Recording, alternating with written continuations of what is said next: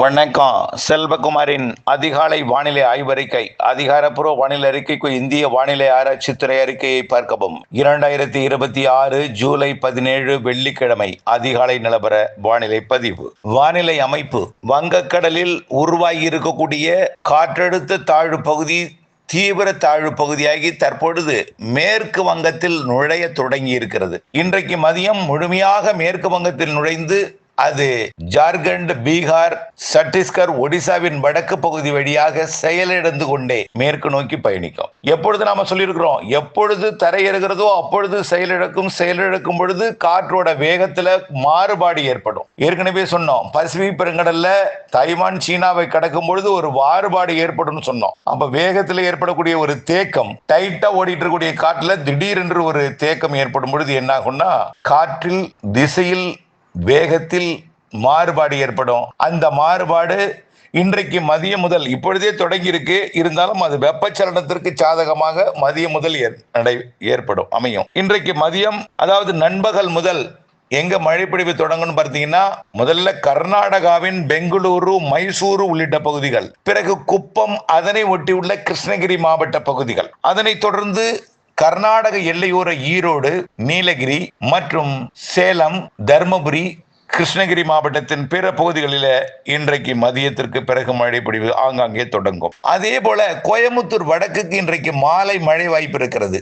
நீலகிரி மாவட்டத்திலும் கொஞ்சம் கூடுதலாக இடி மின்னல் மழை பொழிவாக இருக்கும். நீலகிரி, கோயமுத்தூர் வடக்கு, திருப்பூர் மாவட்டத்தின் வடக்கு பகுதிகள் மற்றும் ஈரோடு மாவட்டத்தில் ஆங்காங்கே, அதே போல கொடைக்கானல் மலைப்பகுதி, இன்றைக்கு மதியத்துக்கு மேல திருமூர்த்தி மற்றும் வால்பாறை இடைப்பட்ட பகுதியில் கருமேகம் சூழ்ந்து இடிமின்னல் கருமேகங்கள் உருவாகலாம். அது அப்படியே கொடைக்கானல் மலை போய் மழை பொழிவை கொடுக்கும். பிறகு தேனி மாவட்டத்தின் கிழக்கு பகுதியில் உருவாகி மதுரை மாவட்டத்தோட உசிலம்பட்டி, மேலூர், பாலமேடு, அலங்காநல்லூர், அப்படியே பார்த்தீங்கன்னா பழமுதிர்ச்சோலை, கொட்டாம்பட்டி, அங்கிருந்து அப்படியே திண்டுக்கல் மாவட்டம் நத்தம், திருச்சி மாவட்டம் துவரங்குறிச்சி, புதுக்கோட்டை மாவட்டம் பொன்னமராவதி, சிவகங்கை மாவட்டம் மதுரை மாவட்ட எல்லையோரம் அப்படியே மழை பொழிவை தொடங்கி சிவகங்கை மாவட்டம் காரைக்குடி, பிள்ளையார்பட்டி, திருப்பத்தூர், புதுக்கோட்டை மாவட்டம் அப்படியே ஆவுடையார் கோவில், அறந்தாங்கி, அப்படியே தொண்டி வரைக்கும், அப்படியே சிவகங்கை மாவட்டம் சிவகங்கை, மானாமதுரைக்கும் வாய்ப்பு இருக்கிறது.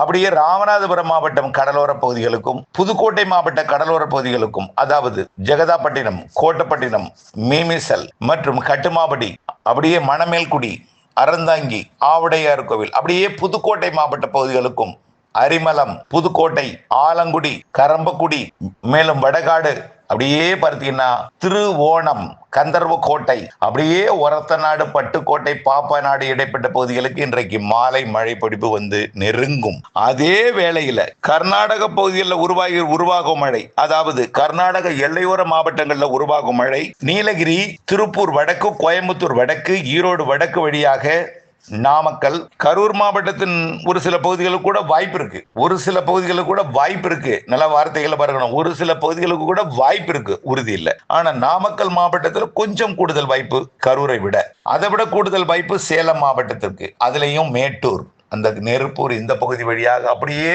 கிழக்கு நோக்கி முன்னேறி மரங்களால் குளிர்விக்கப்பட்டு கல்வராயன் மலைப்பகுதி, மேலும் பச்சைமலை, கொல்லிமலை பகுதி, அப்படியே ஏலகிரி மலை, ஜவ்வாது மலை பகுதி, அதாவது திருப்பத்தூர், வேலூர் மாவட்டம், திருவண்ணாமலை மாவட்டம், அதாவது கிருஷ்ணகிரி, தர்மபுரி, ஊத்தங்கரை மற்றும் தர்மபுரி மாவட்டத்தோட பாப்பிரெட்டிப்பட்டி, அரூர், பொம்மிடி பகுதி, அதையும் தாண்டி அப்படியே பார்த்தீங்கன்னா சின்ன சேலம், ஆத்தூர், அதாவது கள்ளக்குறிச்சி மாவட்ட பகுதிகள், விழுப்புரம் மாவட்ட பகுதிகள், விழுப்புரம் மாவட்டத்திலையும் வடக்கு பகுதி, திருவண்ணாமலை மாவட்ட பகுதி, சாத்தனூர் அணைக்கட்டு பகுதிகள் உட்பட, திருவண்ணாமலை நகரம் உட்பட, அப்படியே பார்த்தீங்கன்னா சென்னை மாநகரத்திற்கு இன்றைக்கு முன்னிரவிலே கனமழை பொழிவை கொடுக்கும் என்று எதிர்பார்க்கப்படுகிறது.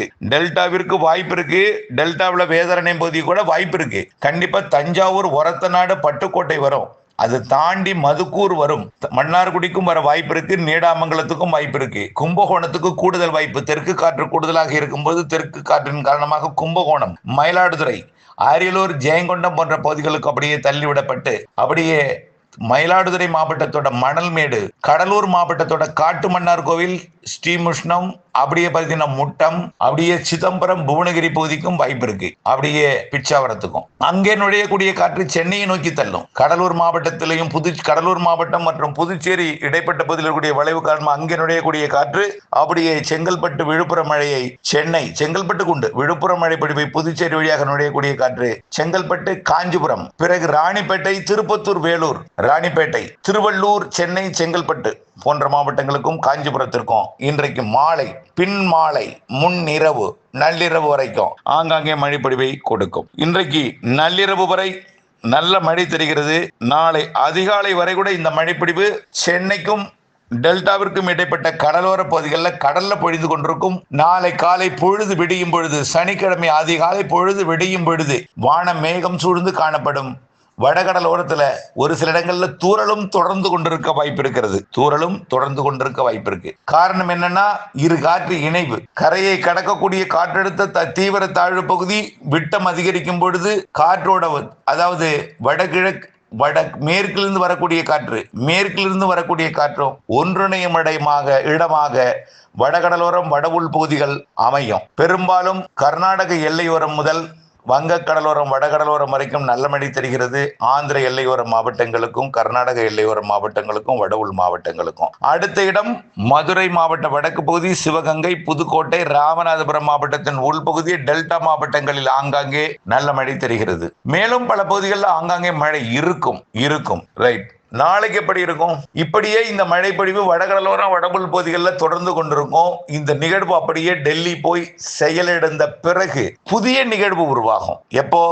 20ஆம் தேதி, 22ஆம் தேதி வாக்குல ஒரு புதிய நிகழ்வு உருவாகி 23, 24ஆம் தேதி வாக்குல அது கரையை கடக்கும் பொழுது, அது ஒரு காற்று சுழற்சியாக தான் கரையை கடந்தும் உள்ளே போய் தீவிரமடையும். இப்ப இருக்கக்கூடிய நிகழ்வும் புதிய நிகழ்வும் வட இந்திய நிலப்பகுதிகளில் ஒன்றிணைந்து ஒரு நீள்வட்ட சுழற்சியாக வட இந்தியாவோட இமயமலை பகுதிகளுக்கும் வட இந்திய பகுதிகளுக்கும் கனமழை பொழிவை கொடுத்து கொண்டே இரண்டும் ஒன்றிணைந்து வரக்கூடிய மாத இறுதி நாட்களாம் 25, 26, 27, 28, 29, 30 தேதிகளில ராஜஸ்தான், குஜராத், பஞ்சாப் பகுதிகளில அது தீவிரமடைந்து பாகிஸ்தான் மற்றும், அதாவது அரபிக் கடலோரம், குஜராத் முதல் பஞ்சாப் வரைக்கும் உள்ள பாகிஸ்தான் எல்லையோரம் மற்றும் பாகிஸ்தான் பகுதிகளுக்கு தீவிர மழை பொழிவை இந்த மாத இறுதி நாட்களில் கொடுக்கும். அதே வேளையில தற்பொழுது வங்கக்கடல் வழியாக வடக்கு நோக்கி பயணித்துக் கொண்டிருக்கூடிய காற்று பாகிஸ்தான் எல்லையோரம் வரக்கூடிய நிகழ்வின் காரணமாக ஒட்டுமொத்தமும் அரபிக் கடலோரம் வந்து பிறகு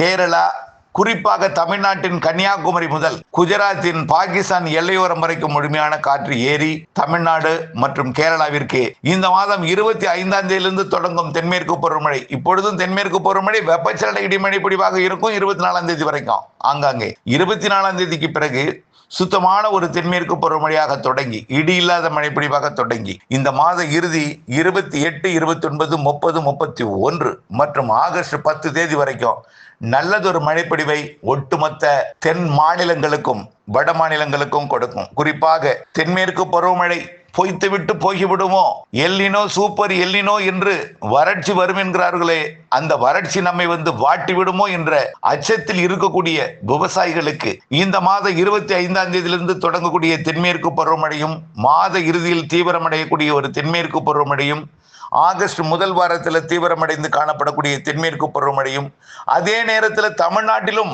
நல்ல மழை பொழிவு கொடுக்க போதுங்க. இந்த மாத இறுதியில, அடுத்த மாதம் முதல் வாரத்துல, அதாவது ஜூலை இறுதி நாட்கள் மற்றும் ஆகஸ்ட் முதல் வாரத்துல தமிழ்நாட்டிலே வெப்பச்சலன இடிமழை பொழிவு மதியமே ஆங்காங்கே தொடங்கி மாலை இரவு நல்ல மழை பொழிவை கொடுக்க போகிறது. குறிப்பாக வங்கக்கடலோரம், வேதாரண்யம் உட்பட, ராமேஸ்வரம் உட்பட டெல்டா மாவட்டங்கள் மற்றும் வடகடலோரம், வடவுள் பகுதிகள் பெரும்பாலான மாவட்டங்களுக்கு இந்த மாத இறுதி நாட்களும் அடுத்த மாத முதல் வாரமும் ஏற்கனவே நாம வழங்கியது தாங்க.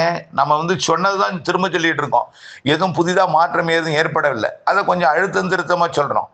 இந்த மாத இறுதி மற்றும் ஆகஸ்ட் முதல் வாரத்துல நல்ல மழை பொழிவை கொடுக்கும். ஏற்கனவே சொன்னது போல மீண்டும் ஒரு 5 நாள் இடைவெளி கிடைக்கும். மீண்டும் எல்னினோ வந்து விட்டோ என்று ஆகஸ்ட் 10ஆம் தேதி வாக்குல நீங்கள் அச்சப்படக்கூடாது. இதுவரைக்கும் வீசி கொண்டிருந்த அனல் வெயில், அச்சுறுத்தலை கொடுத்து கொண்டிருக்கூடிய, மிரட்டி கொண்டிருந்த, உங்களை மனக்கவலைக்கு ஆழ்த்தி இருந்த, உங்களை திசை மாற்றி வைத்திருந்த அந்த அனல் வெயில் இன்றைய மழைக்கு பிறகு நாளையிலிருந்து குறையும். 24ஆம் தேதியிலிருந்து மேலும் குறையும். மாத இறுதியில் முற்றிலும் விலகும் இந்த அனல் வெயில். ஆகஸ்ட் முதல் வாரத்துல வெயில் இருக்காது. சூரியனின் குத்துக்கதிர் தமிழ்நாட்டை நோக்கி வந்தாலும் ஆகஸ்ட் 17ஆம் தேதி தமிழ்நாட்டில் நுழைந்து செப்டம்பர் 2 தமிழ்நாட்டை விட்டு விலகி குமரி கடலில் இறங்கினாலும் அந்த நேரத்தில் வலுத்த தென்மேற்கு பருவமழை இருக்கும் என்பதனால சூரியனின் குத்துக்கதிர் விழக்கூடிய நாட்கள்ல பெரிதாக இருக்காது வெயில். ஆனால் ஏதேனும் ஓரிரு நாட்கள் சுமார் ஒரு 5 நாள் அதிகபட்சமாக ஒரு இடைவெளி கிடைக்கும் என்று எதிர்பார்க்கப்படுகிறது. அந்த நாளில் கொஞ்சம் வெயில் இருக்கலாம். அதற்காக மீண்டும் எல்னினோ கவலையை ஏற்படுத்தி கொள்ளக்கூடாது என்று கேட்டுக்கொள்கிறேன். ஆகவே ஆகஸ்ட் 15க்கு பிறகு வலுத்த தென்மேற்கு பருவமழை இருக்கிறது. புரிந்து கொள்ளுங்கள், நம்பிக்கையுடன் இருங்கள். ஆகஸ்ட் இறுதி வாரம் மிக பலத்த மழையெல்லாம் இருக்கிறது. கர்நாடகா மற்றும் கேரளாவிலே அணைகளில் நிரப்பும் மழைப்பொழிவு காணப்பட இருக்கிறது, கொடுக்க இருக்கிறது. தமிழ்நாட்டிலும் அதே நேரத்தில் வெப்பச்சலன இடிமழைப்பொழிவு மாலை இரவிலே கொடுத்து கொண்டிருக்கும். அக்டோபர் 15 தேதி மூக்கிலே விரல் வைத்து இது தென்மேற்கு பருவமழையா வடகிழக்கு பருவமழையா, எல்னினோ என்றார்கள், வறட்சி வரும் என்றார்கள், இப்படி கொட்டுகிறதே, அறுவடை பாதிப்படைய போகிறது, அறுவடைக்கு இடைவெளி கிடைக்குமா, அறுவடை எப்பொழுது செய்யலாம் என்ற நாட்களை அவரவர் திட்டமிடுதலுக்கு இடையூறு கொடுக்கும் வகையில கடும் மழை பொழிவு ஆகஸ்ட் முதல் வாரத்துல இருக்கும். விட்டு விட்டு மழை இருந்தாலும் அது மாலை இரவு மழையாக இருந்தாலும் காய விடாமல் மழை இருந்து கொண்டிருக்க வாய்ப்பு இருக்கு. ஆகஸ்ட் 15 தேதி மன்னிக்கவும், அக்டோபர் 15 தேதி அக்டோபர் 15 தேதி அக்டோபர் 17ஆம் தேதி வரைக்கும் தென்மேற்கு பருவமழை தொடரும். அக்டோபர் 18 அப்படியே வடகிழக்காக மாறும். தொடங்கியது முதல் பலத்த மழை, சிறு நிகழ்வும் அதிக மழை தரும். கண்டிப்பாக இந்த ஆண்டு 2026 அக்டோபர் 18 முதல் ஜனவரி 2027, அதாவது ஜனவரி 10 2027 ஜனவரி 10 முடிய அதிக மழை இருக்கிறது. மழை நாட்கள் அதிகம், இடைவெளி நாட்கள் குறைவு, சிறு நிகழ்வும் அதிக மழை தரும். வலுவான நிகழ்வும் உண்டு. கண்டிப்பாக குளங்களை ஏரிகளை நிரப்பும் மழைதான், அதுல எந்த மாற்றமும் இல்லை. குறிப்பாக வடகடலோரம் வட உள்பகுதிகள் மற்றும் டெல்டா மாவட்டங்கள், தென்கடலோரம் மற்றும் மத்திய உள்பகுதிகளுக்கெல்லாம் நிறைய மழை இருக்கு. சராசரிக்கு கூடுதல் மழை இருக்கு. அனைத்து மாவட்டங்களுக்கும் நல்ல மழை இருக்கு. அதே போல் இலங்கைக்கும் இருக்கு. இலங்கையை பொறுத்த வரைக்கும் இந்த காலகட்டத்தில், இப்பொழுதைய காலகட்டத்தில் கொழும்பு உள்ளிட்ட பகுதிகளில் தான் தென்மேற்கு பருவமழை பெய்யும். அது 24ஆம் தேதியிலிருந்து தொடங்கி இருக்கிறது. இன்று மாலை தொண்டி மற்றும் கோடியக்கரை இடைப்பட்ட பகுதியில் வந்து கடல்ல இறங்கக்கூடிய அந்த இடிமழை யாழ்ப்பாணம் பகுதியை நோக்கி, அதாவது யாழ்ப்பாணம் மற்றும் அந்த தலைமன்னார் பகுதியை நோக்கி இடிமழை வரலாம். மீண்டும் தென்மேற்கு பருவமழையாகத்தான் அது கொழும்பு காலி உள்ளிட்ட பகுதிகளில் இருக்கும். நல்ல ஒரு மழைப்பொழிவெல்லாம் செப்டம்பர் ஆகஸ்ட் பிற்பகுதி செப்டம்பர்லாம் இலங்கைக்கு இருக்கு. தமிழ்நாட்டை பொறுத்த வரைக்கும் அனல் வெயில் விலகி மாலை இரவு இடிமழை பிடிப்பு தொடங்க 24ஆம் தேதியிலிருந்து தென்மேற்கு பருவமழை தொடங்க அது மாத இறுதி நாட்களில் வலுப்பெற கண்டிப்பாக அது வெப்பச்சலத்துடன் கூடிய தென்மேற்கு பருவமழை தமிழ்நாட்டிலும் கேரள கர்நாடகாவில் தென்மேற்கு பருவமழையும் ஆகஸ்ட் முதல் வாரத்தில் பலத்த மழையும் ஆகஸ்ட் 15க்கு மேலும் பலத்த மழையும் இருக்கும் என்பதையும், செப்டம்பர் மாதம் அதிக மழை இருக்கிறது என்பதையும், வெப்பத்திற்கு பிறகு மாலை இரவு இடிமழை பிடிப்பும் தென்மேற்கு பருவமழையும் அனைத்து மேற்கு தொடர்ச்சி மலை மாநிலங்களுக்கும் இருக்கும் என்பதையும், அதே நேரத்தில் தமிழ்நாட்டிலும் இருக்கும் என்பதையும் தெரியப்படுத்த விரும்புகிறேன். குழப்பம் வேண்டாம். எல்னினோ கவலையை மனதில் அழுத்தி கொண்டு மனவேதனையும் குழப்பத்தையும் ஏற்படுத்திக் கொள்ள தேவையில்லை. ஆனால் நாம் நினைக்கும் பொழுது மழை பெய்யாது. அது பெய்யும் பொழுது நாம் சேமித்து பயன்படுத்த வேண்டும். மழை நீரை சேகரிப்போம், பண்ணை குட்டைகளை அமைப்போம், இருக்கும் பண்ணை குட்டைகளை ஆழப்படுத்துவோம், அகலப்படுத்துவோம், கரைகளை